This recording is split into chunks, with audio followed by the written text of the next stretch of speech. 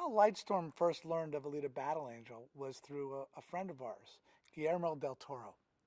And he brought to Jim's attention the anime first. And we fell in love with the story of the anime. At the heart of the world that Kishiro had created is this young, innocent girl who has to discover who she is in the story that he created, in a world that was so unique. Oftentimes, animes or mangas are set in a very Asian-specific world.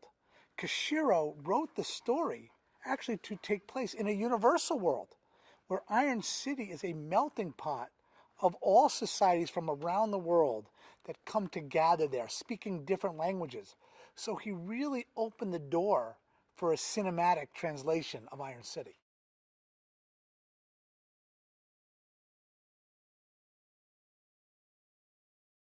It's an origin story of a young female protagonist who has no memory of who she is and who comes into this world thinking of herself as someone who is insignificant, and as a line says in the movie, and thrown out with the trash. And she comes to discover that inside of her is a hero. And that's a message for everybody, that inside of them can also be a hero.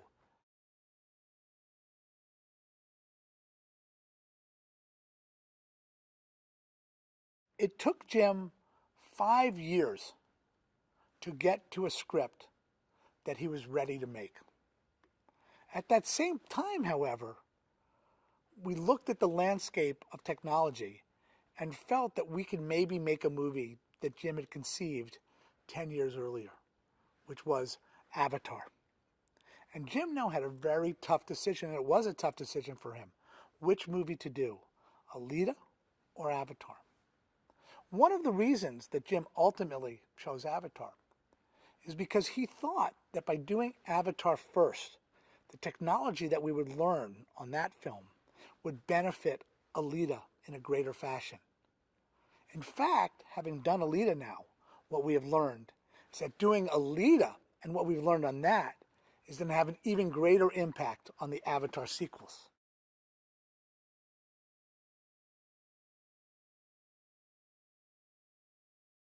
Jim Cameron is known for his strong female heroines. Alita falls exactly into that tradition. Jim's female heroines are not superheroes. They're real heroes. And that's what Alita is. And she becomes someone that people can identify with, but still aspire to be. And just like Ripley or Neytiri, Alita is that iconic of a character.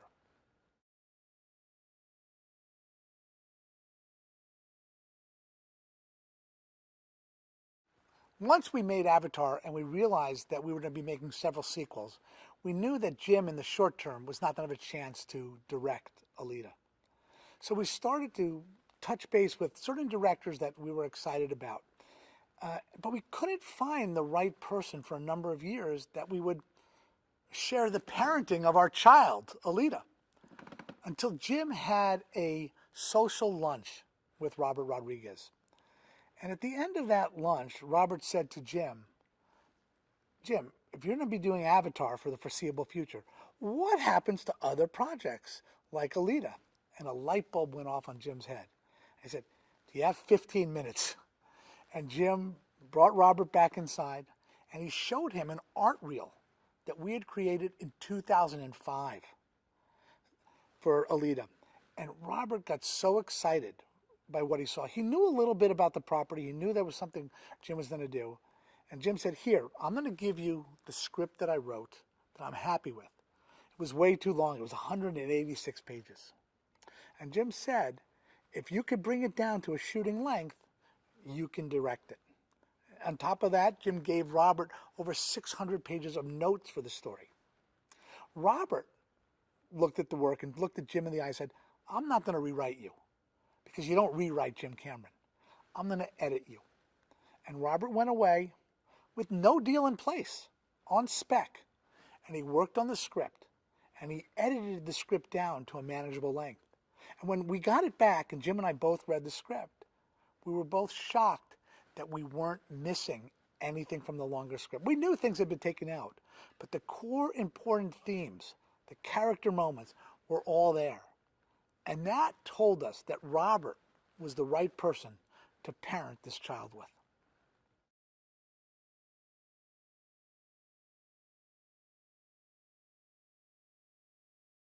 Alita is a cyborg. Cyborgs are not robots. Cyborgs are augmented humans. And Alita's journey is really discovering what does it mean to be human. And being human is having a heart and caring. Caring about someone as a parent, caring about someone as a lover. It's about caring about the world you're in. And Alita discovers that. And that is such a universal message.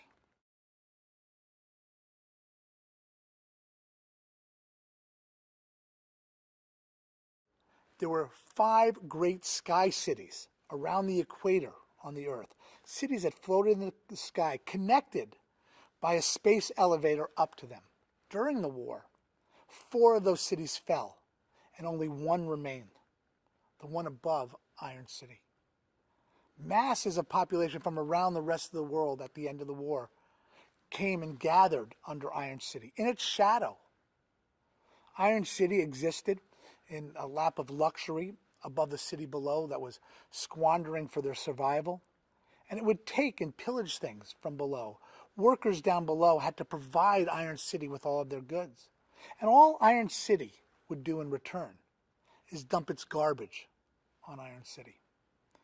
But Iron City is a place where many of the humans have accepted their existence and still find joy without all the necessities that we might have in the 20th century. They find joy in each other. They find joy in the sports that they play. So it's not a life where you have a post-apocalyptic world. That happened centuries before our movie opens. This is a world that exists today on our planet Earth and is relatable to people as we go through our story.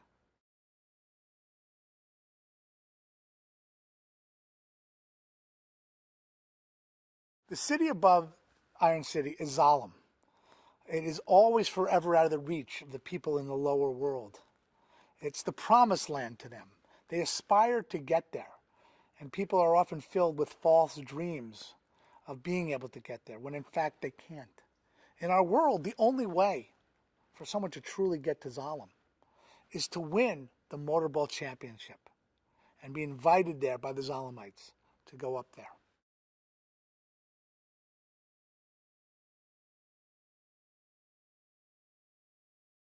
The unique thing about how we're portraying Iron City is, while for many people living in a Western world, it might look like an impoverished city, we see the city through Alita's eyes as she goes through this world for the first time. And she only sees joy and wonder in this world. And it is a great metaphor and a learning lesson for us about what are those things that are important in a world. And by being able to go through Iron City and to see fruit stands on the street and taxi cabs going by and kids playing on the street, it makes it relatable for anybody in today's world, no matter in what country they live, no matter in what city they live.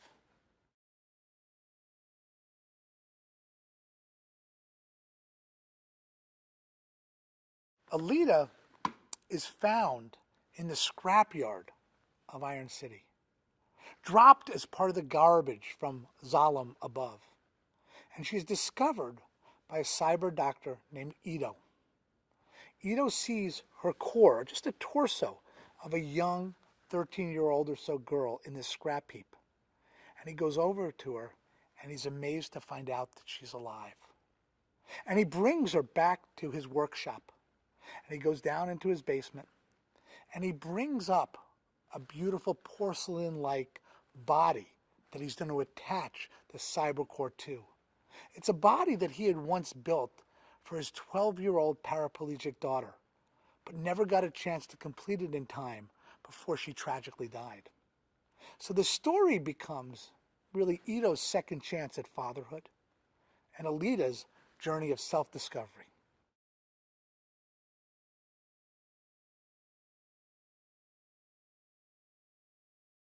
Alita comes into this world with no memory of who she is. One of the driving forces through her story is trying to discover her past and where did she come from. And as it turns out, only certain situations can spark those memories for her. And she doesn't know quite what those are, so she continues to try and seek out things that will let her know more of her past.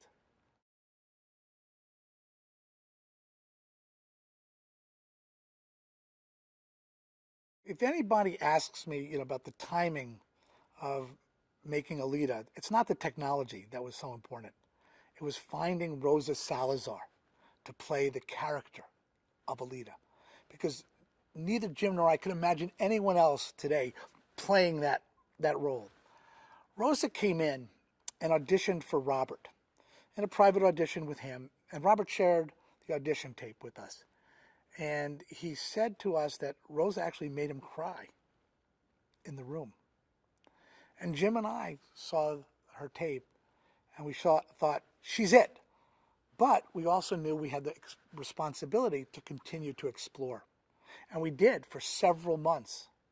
And ultimately, we set up an old-fashioned screen test with Rosa and 2 other actresses. And we spent a whole day shooting their scenes, separately, of course. And when we just watched the footage back on the big screen, there was no question of who was born to play Alita other than Rosa Salazar.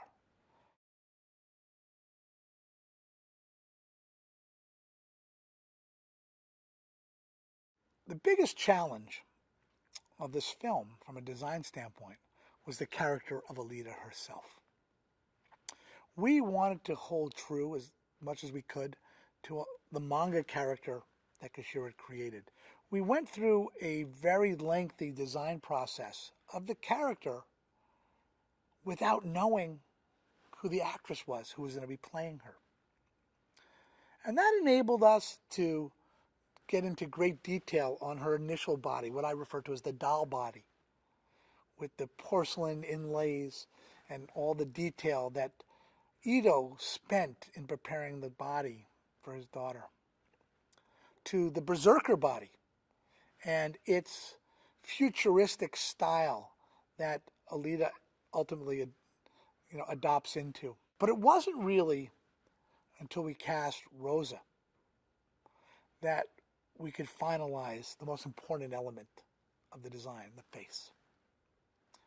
We had learned from Avatar the importance of incorporating the design of the actor playing the character into the design of the character if we wanted all of the emotion to come through.